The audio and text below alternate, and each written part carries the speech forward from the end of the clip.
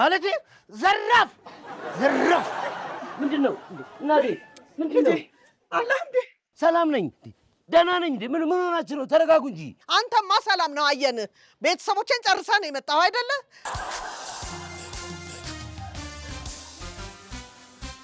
ከፖሊስ ጣቢያ ስትወጣ ነው አይደል ያየው አዎ ምን ነው ይለኛል እንዴ አንተን ልጠይቅህ እንጂ መቼም የቤት ሰራተኛ ወይም የሚከራይ ቤት የሚሸጥ ቤት ፍለጋ አልገባህም አይደል ነው ህገወጥ መሳሪያ ስደልል ምናምን አግኝተው ጠቅጠቅ አድርገው ሸኙ ትቀልጃለሽ እንዴ መሳሪያ ብሔረሰብ ሁሉ ጫካ ገብቶ የዱር እንስሳት በተሰደደበት በአሁን ጊዜ አይደለም ያን ጊዜ በሰላሙ ሰዓት ራሱ መሳሪያ መሻሻጥ እድሉን አግኝቻለሁ አይደለም ለማለት ይሄን ሁሉ ማውራት አስፈላጊ ነው ይውል እኔ ጥሎብኝ ማውራት እንጂ ማዳመጥ አልወድም አሁን ባጭሩ መልስ ምን ገጥሞ ነው ምን ባክሽ ማታ ወደ ሰፈር ስገባ ትንሽ በጩቤ ወጉኝ ሰው በትንሽ ነገር ተወክቶ አልጋ በሚይዝበት ዘመን አንተ በጩቤ ተወክታ ያለ ደጋፊ ትንቀሳቀሳለህ ለመሆኑ የቱ ጋር ነው ሌቦች ናቸው እዚሁ ፖሊስ ጣቢያ በር ላይ እኮ ነው ደሞ እኮ አልመሸም ገና 2 ሰዓት እኮ ነው 2 ሰዓትማ ሌቦቹ ለስራ አይወጡ የኑሮ ውድነት ያዳከመው አባወራ መሆን አለበት ቤተሰቡን ለመደጎም እግረ መንገዱን ጠቅ ያረገ ቆይ ግን ጋው ነው አሁን ክስ ለመክፈት የመጣው ኧረ እባክህ ደህና ሽማግሌ ፈልገህ ብታስረግማቸው ይሻልሃል ኧረ በዚያው ሰዓት ነበር እየሮጥኩ ጣቢያ ገብቼ ያመለከትኩት እና ማታ ላሳሰርካቸው ሌቦች ነው ምሳል ታደርስላቸው ተመልሰህ የመጣው እንዳልሽው ቢሆን በምን እድል ትኩስ ደሜን እያፈሰስኩ ገብቼ ሌቦች ወግቶኝ ነው እዚሁ አካባቢ ናቸው በር ላይ ናቸው ኧረ ድረሱልኝ ያዙልኝ ይብል ዝም አሉ አይ አላሉኝም እኔ ፖሊስ ጣቢያ ሆኜ ከርቀት እያዩዋቸው ሌቦቹን እነዛውት እያዩዋቸው መርማሪው መሳሪያውን ላጥ አድርጎ እንደመሮጥ ከኪሱ ስክሪፕቶ ላጥ አድርጎ እያወጣ በግምት ወንጀሉ ስንት ሰዓት እንደተፈጸመብህ ተረጋጋና ንገረኝ አይለኝም መሰለሽ አሁን ከ00 ነው አትለውም ነበር እናንተ እስካያቸው ምን አስፈራ እነዛው ናቸው አትለውም ነበር እኔማ ድንገት ፈርቶ እንደሆነ ብዬ እባክህ አንድ አባል ጨምርና አንደኛችሁ በላይ አንደኛችሁ በታች ሆናችሁ ያዙልኝ እያልኩኝ ከላይም ባይን ከታች ደግሞ ደሜን እያፈሰስኩ ለፈለፍኩ እሺ እና ምን ሆነ ወሬን ሳትጨርስ ተፈትልከው ወጥቶ ያዙልኝ እርግጥ ነው መዋሸት አያስፈልግም ተፈትልኳል ግን ወደ ራሴ ነው እጄን ወደ ኋላ ግጥም አድርጎ እያሰረ ምን እንዳለ ታውቂያለሽ ምን አለ ጭራሽ ስምሪት ልሰጠን ነው እንዴ ብሎ በአንድ ጊዜ ከከሳሽነት ወደ ተከሳሽነት ቀይሮ ከየትኛው የጸረ ሰላም ቡድን እንደመጣ ቃልህን ስጥ አይለኝ መሰለሽ መንግስት ባለበት ሀገርማ የት ይደርሳል የተባለ እርስ በርስ ግጭት እንዲህ ባጭሩ መቀጨት የለብም ወይዘሮ ክብሪት ደግሞ ምን ለማቀጣጠል ይሆን እንደዚህ በጠዋት የተጫርሽው ኧረ እስኪ ተወኝ መላኩ በጠዋት 2 ዘመዳሙ ተጣልተው በገመዴው ጸቡን አመድ አላረጉትም ምን ነው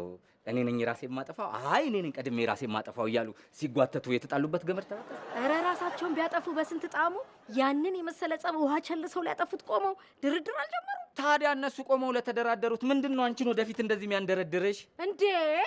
እኔ ነኝ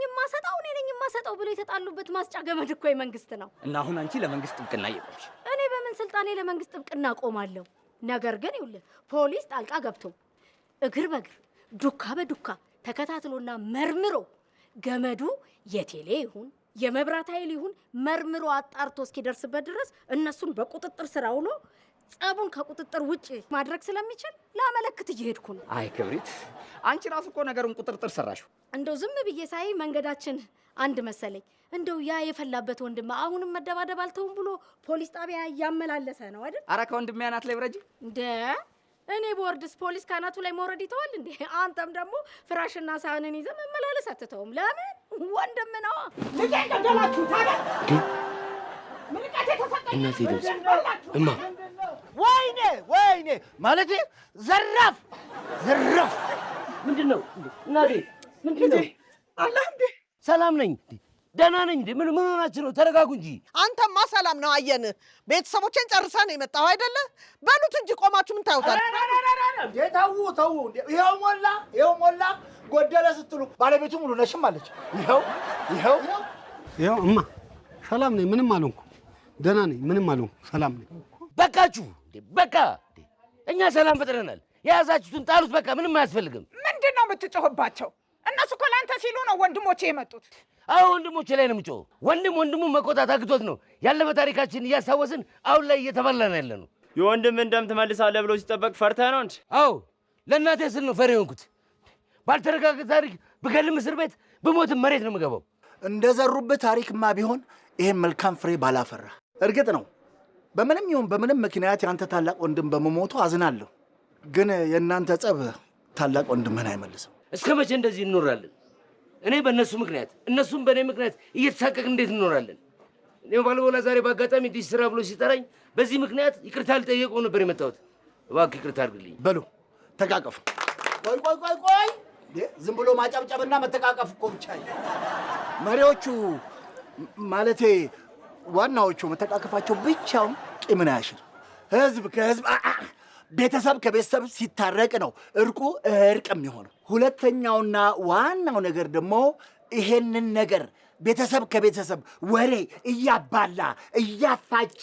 እናንተ እንድትባሉ ያደረገው ዋናው መሰሪው ሰው ማን ነው?